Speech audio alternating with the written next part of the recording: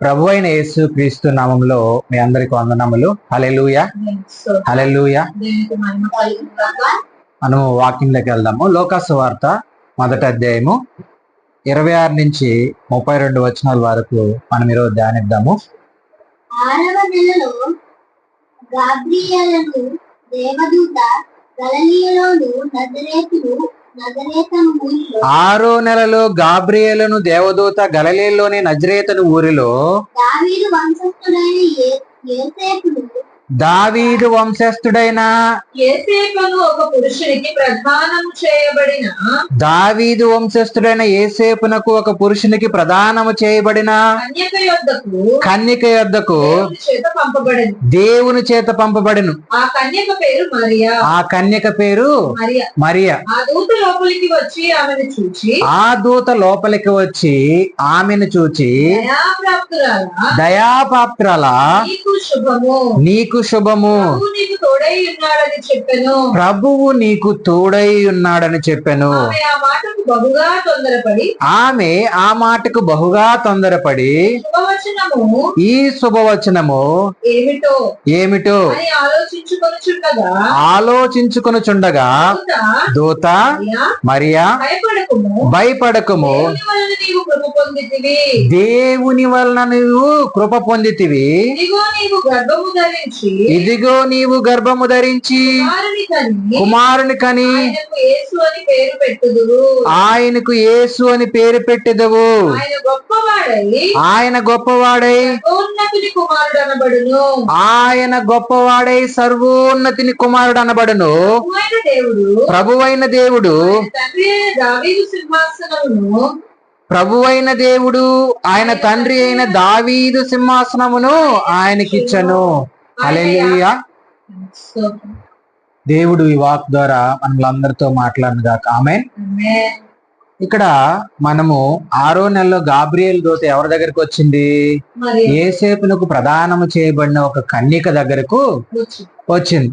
ఇక్కడ ఆ కన్యక దగ్గరికి వచ్చి లోపలికి వచ్చి వెంటనే అంటుంది దయాప్రాప్తిరాలా అని అంటుంది. హల్లెలూయా. నీకు శుభము, ప్రభువు నీకు తోడై ఉన్నాడని చెప్పాను అని అంటుంది. హల్లెలూయా. ఒకటి దయాప్రాప్తిరాల నీకు శుభము. రెండో విషయం ఏంటంటే ప్రభువు నీకు తోడై ఉన్నాడు అని చెప్తుంది. హల్లెలూయా. మనం జ్ఞాపకం చేసుకుంటే ఇక్కడ దేవుడు ఎందుకు ఎంతో మంది స్త్రీలు ఉన్నారు ఆ ప్రాంతంలో, ఆ దేశంలో, ఆ దేశంలోనే కాదు ఈ సృష్టిలో చాలా మంది ఉన్నారు. కానీ దేవుడు కన్యకగా ఉన్న మరియను మాత్రమే దేవుడు ఎందుకు ఎంచుకున్నాడు? ఈరోజు లోకంలో ఎంతో మంది ఉన్నారు, కానీ కొంతమందినే దేవుడు ఎందుకు పిలుచుకుంటూ ఉన్నాడు అని అంటే దేవుని ప్రణాళిక ఉంటది. హల్లెలూయా. దేవుని ప్రణాళిక ఉంటది. అంటే కన్యక స్త్రీ సంతానము అని అన్నాడు కదా. స్త్రీ సంతానం అని అంటే ఆదికాండం 3వ అధ్యాయం 15వ వచనం ఒకసారి తీయండి.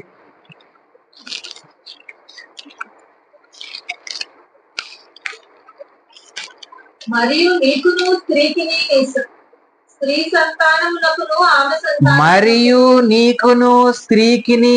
నీ సంతానమునకు ఆమె సంతానమునకు వైర్యము కలుగు చేసేదను. అది నిన్ను తల మీద కొట్టెను, నీవు దాన్ని మడిం మీద కొట్టేదవని చెప్పాను. హల్లెలూయా. ఇక్కడ మనం జ్ఞాపకం చేసుకుంటే స్త్రీ సంతానము అని అంటూ ఉన్నాడు. అంటే ఇక్కడ మనం అందరం కూడా మనకు తండ్రి ఉన్నాడు, తల్లి ఉంది. అదే విధంగా మన జనరేషన్ అంతటి కూడా తల్లిదండ్రులు ఉన్నారు, తాత ముత్తాతలు ఉన్నారు. ఇలాగ మన పిల్లల తరం కూడా మనం చూసుకుంటే అందరికీ ప్రతి ఒక్కరికి తండ్రి తల్లి ఇలా ఉన్నారు. కానీ ఈమె మాత్రము ఈయన స్త్రీ సంతానము ద్వారా ఈ భూమికి వచ్చారు. హల్లెలూయా. యేసు క్రీస్తు ప్రభువారు. ఒకసారి మనం జ్ఞాపకం చేసుకుంటే ఆ దూత లోపలికి వచ్చి దయాప్రాప్తిరాలా నీకు శుభము అని చెప్తూ ఉంది. ఒకవేళ మనకు శుభవచనం అంటే మనకు తెలిసి ఏముంటది? మనకి ఏదైనా ఒక మంచి జరిగితే, జరగకూడని విషయం జరిగితే మన జీవితంలో తెలిస్తే దాన్ని శుభవచనం అని అంటాం. అయితే ఒక కన్యకగా ఉన్న స్త్రీ దగ్గరికి వచ్చి ప్రభువు నీకు తోడై ఉన్నాడు, నీవు కన్యకగా ఉన్నప్పుడు గర్భవతి అవుతావు, నువ్వు కుమారునిగా అంటావు అని అన్నారనుకో, ఎవరైనా ఏమనుకుంటారు? అమ్మో, నాకు ప్రదానం చేయబడి ఉన్నది ఒక పురుషునికి, ఇంకా మేమిద్దరము ఏకం కాలేదు అయినా ఇలాంటి సిచ్యువేషన్ ఒకవేళ నాకు ఎదురుపడితే నేను ఈ సమాజంలో నేను ఎలాగ జీవించగలుగుతాను, నేను ఎలాగ ముందుకు వెళ్తానని చెప్పి ఒక ఆలోచన వస్తుంది. అయితే వెంటనే ఆమెకి ఎప్పుడైతే ఈ శుభవచనం ఆయన దగ్గరకు వచ్చిందో ప్రభు అంటూ ఉన్నాడు, ప్రభు నీకు తోడై ఉంటాడు అని చెప్తూ ఉన్నాడు. హల్లెలూయా. చూడండి, ప్రతి ఒక్క విషయంలో దేవుని తోడు అనేది మనకు చాలా అవసరం. కానీ ఇక్కడ ఈమెకి దేనికి తోడై ఉన్నాడు అని అంటే, ఈమె జీవితంలో అక్కడున్న స్త్రీలందరిలో కూడా దేవుడు ఈమెను ప్రత్యేకంగా ఏర్పాటు చేసుకున్నాడు. ఏర్పాటు చేసుకొని ఆ దూత వచ్చి ఈమె దగ్గరికి ఒక శుభవచనం అని అంటే, చూడండి, అది మనకు ఒకసారి మనం జ్ఞాపకం చేసుకుంటే, మనం ఎవరికైనా అలాంటి విషయం మనకు తెలిస్తే అది మనం శుభవచనం అనుకుంటామా? అనుకోము. ఎందుకనంటే ఆమె కన్నికగా ఉంది. ఒకవేళ కన్నికగా ఉన్న స్త్రీ, ఒక పురుషునికి ప్రదానం చేయబడిన స్త్రీ ఇలాగ గర్భవతి అయితే ఈ సమాజంలో ఎంతో మంది ఎన్నో రకాలుగా మాట్లాడుతూ ఉంటారు.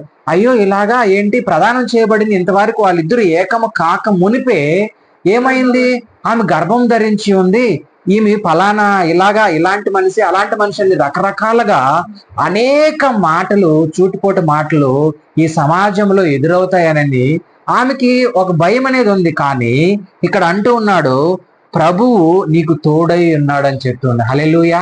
దేవుడు తోడై ఉంటే ఎంత ప్రతికూలమైన పరిస్థితుల్లో ఉన్నా కూడా సరే దేవుడు దాన్ని అనుకూలంగా చేయగలుగుతాడు. అక్కడున్న ఆ సమాజంలో అక్కడున్న ప్రతి ఒక్కరికి దేవుడు ఏం చెప్తున్నాడు అంటే, ఇక్కడున్న ఈ స్త్రీకి నేను నీకు తోడై ఉంటానని చెప్తూ ఉన్నాడు. అయితే ఇక్కడ మనం జ్ఞాపకం చేసుకుంటే ఆమె ఆ మాటకి బహుగా తొందరపడి ఈ శుభవచనం ఏంటో నాకు తెలపమని అడుగుతూ ఉంది. ఇప్పుడు ఎవరైనా వచ్చి నేను నీకు ఒక శుభవార్త చెప్తాను అని అంటే మనం ఎంత ఆతృత పడిపోతామో, వెంటనే మనం ఏమవుతాము, వెంటనే ఒక సంతోషం ఏదో వినాలి, మంచి శుభవార్త అని.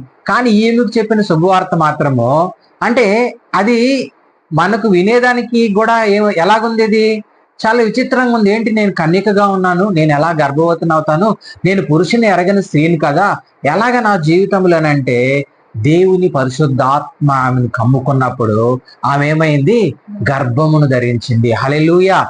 ఆ శుభవచనం వెంటనే ఆమె తెలిసిన వెంటనే ఆమెలో ఏమొచ్చిందో తెలుసా, ఒక భయం అనేది వచ్చింది. నువ్వు భయపడాల్సిన అవసరం లేదు, నువ్వు పరిశుద్ధాత్మ ద్వారా నువ్వేమవుతావు, గర్భమును ధరిస్తావు అని చెప్తూ ఉన్నాడు. అయితే మనం ఇక్కడ జ్ఞాపకం చేసుకుంటే చూడండి, తొందరపడి ఈ శుభవచనం ఏమిటో ఆలోచించుండగా దూత మరియా భయపడకము, దేవుని వలన నువ్వు కృప పొందితివి. హల్లెలూయా.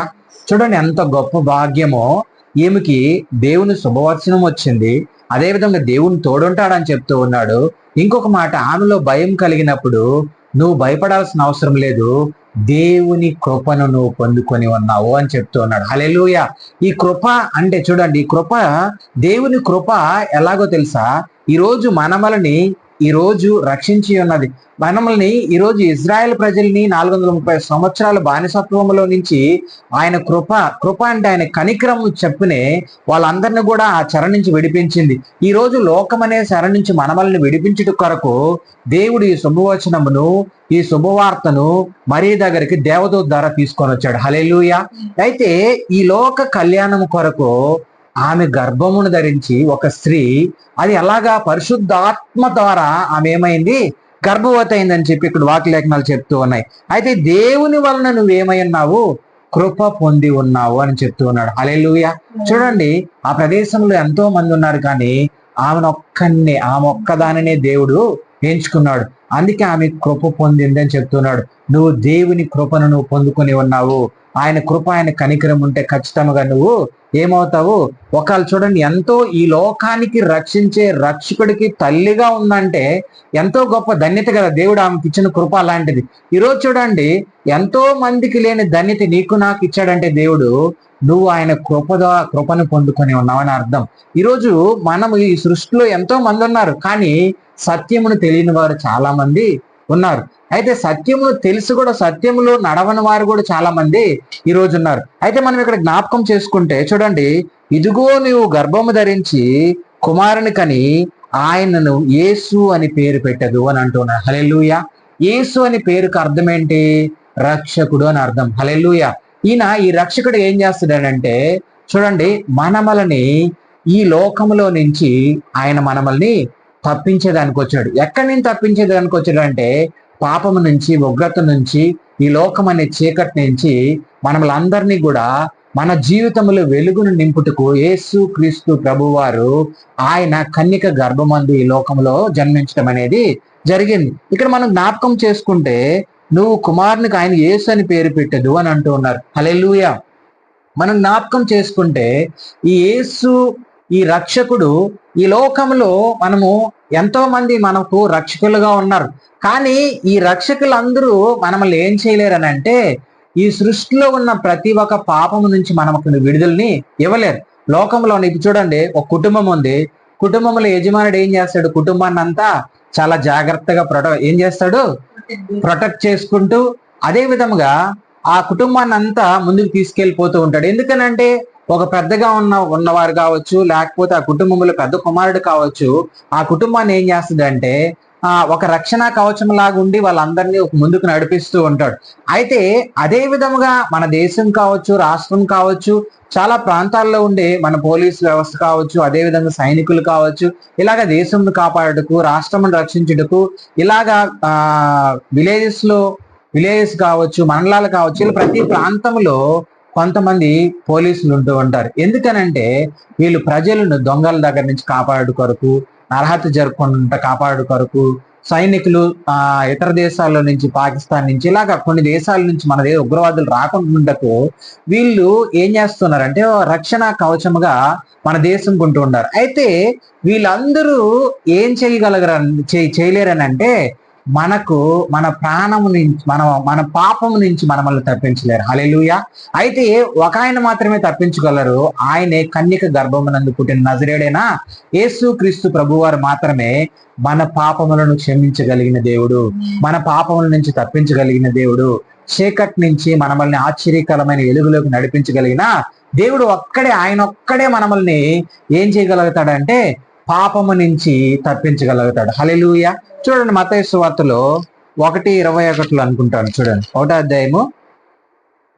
ఆమె యొక్క కుమారుని కనను, తన ప్రజలను వారి పాపము నుండి ఆయనే రక్షించును గనుక ఆయనకు యేసు అని పేరు పెట్టెదను. హల్లెలూయా. చూడండి, తన ప్రజలను ఏం చేస్తాడంట? వారి పాపముల నుండి ఆయన ఏం చేస్తా? ఆయనే రక్షిస్తాడంట. అంటే ఇంకెవరికి కూడా అధికారం అనేది లేదు.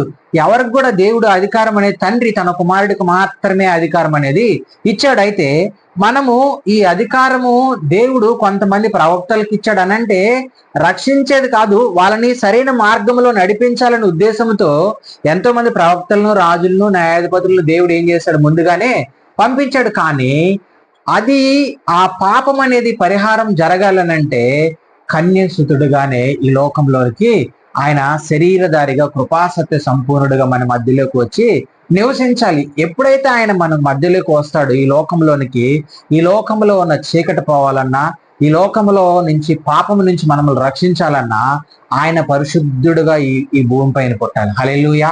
అందుకనే ఆయన తండ్రి లోకమును ఎంతో ప్రేమించి తన కుమారుణ్ణి ఈ భూమిపైకి పంపించాడు. అయితే మనం జ్ఞాపకం చేసుకుంటే ఇక్కడ ఎంతో మందికి లేని ధన్యత మరియమ్మకి ఇచ్చాడు. ఈరోజు ఎంతో మందికి లేని ధన్యత నీకు నాకు ఇచ్చాడు. ఈరోజు ఎంతో మందికి లేని ధన్యత అందరికి ఇవ్వాలని దేవుడు ఏం చేశాడంటే తన కుమారుని లోకానికి పంపించాడు. మనం ఒకసారి జ్ఞాపకం చేసుకుంటే యోహాను సువార్తలో అసలు మనము దేవుడు అంతకుముందు ఎక్కడున్నాడు? సరే, కన్యక గర్భమందు ఆయన ఈ భూమిపైకి వచ్చాడు. ముందు ఎక్కడున్నాడు అని అంటే మనం యోహాను సువార్త 1వ అధ్యాయం చూస్తే ఆది యందు వాక్యం ఉండెను, వాక్యము దేవుని యొద్ద ఉండెను, వాక్యమే దేవుడై ఉండెను. హల్లెలూయా. చూడండి, ఆది యందు ఏమైందంట? వాక్యం ఉంది. వాక్యము ఎక్కడుందంట? దేవుని యొద్ద ఉంది. వాక్యమే ఏమై ఉంది? దేవుడై ఉన్నాడు అని చెప్తున్నాడు. హల్లెలూయా. మనం జ్ఞాపకం చేసుకుంటే ఆయన చూడండి, ఆది యందు దేవుని యొద్దే ఉండెను, సమస్తం ఆయన మూలముగా కలిగెను, కలిగి ఉన్నది ఏది ఆయన లేకుండా కలగలేదు, ఆయనలో జీవం ఉండెను, ఆ జీవము మనుషులకు వెలుగై ఉండవలనని ఆ వెలుగు చీకటిలో ప్రకాశిస్తుంది కానీ చీకటి దానిని గ్రహించకుండా ఉన్నది. అంటే మనం జ్ఞాపకం చేసుకుంటే ఈయన శరీరధారిగా ఈ భూమిపైకి రాకముందు ఏమై ఉన్నాడు? వాక్యమై ఉన్నాడు. హల్లెలూయా. చూడండి, మన పితరులతో కావచ్చు, ఆదాం మొదలుకొని మనకు అబ్రహాం కావచ్చు, ఇస్సాక్, యాకోబు, మన ప్రవక్తలు కావచ్చు, మోషే, వీళ్ళందరితో కూడా దేవుడు వాళ్ళతో ఏమై ఉన్నాడు? వాక్యముగా ఉన్న దేవుడు, వాక్యంతో మాట్లాడుతూ వచ్చిన దేవుడు ఈరోజు ఆ పాపాన్ని పరిహరించడానికి తండ్రి లోకమును ఎంతో ప్రేమించి ఆదియందు వాక్యముగా ఉన్న దేవుడు ఆయన శరీరధారిగా కృపాసత్య సంపూర్ణుడుగా మన మధ్యకి ఏం చేశాడు? ఆయన తీసుకొచ్చాడు అన్నమాట. ఎవరు? తండ్రి. ఎందుకనంటే తన చిత్తమును నెరవేర్చుట కొరకు. హల్లెలూయా. తన చిత్తము ఏమైందనంటే ఈ లోకములో ఎందుకు పాపములోకి మనం ప్రవేశించాము, పాపం మనలో ఎందుకు ప్రవేశించింది అని అంటే ఆది యందు దేవుడు చెప్పిన మాటను అతిక్రమించిన అవ్వ, ఆదాము, అదే విధముగా వాళ్ళు దేవుడు చెప్పిన మాట ప్రకారం వినకుండా వాళ్ళు తినద్దండ పండును తిని వాళ్ళు ఆ దేవునికి ఏం చేశారంటే దూరం అయిపోయి పాపమునకు దగ్గరయ్యారు. హల్లెలూయా. దానివల్లే ఏమైందంటే ఆదాములో అవ్వములో ఏం ప్రవహించిందంటే సాతాన రక్తము, అదే పాపం అనేది వాళ్ళలోకి ప్రవేశించింది ఆ పండు తినడం వల్ల.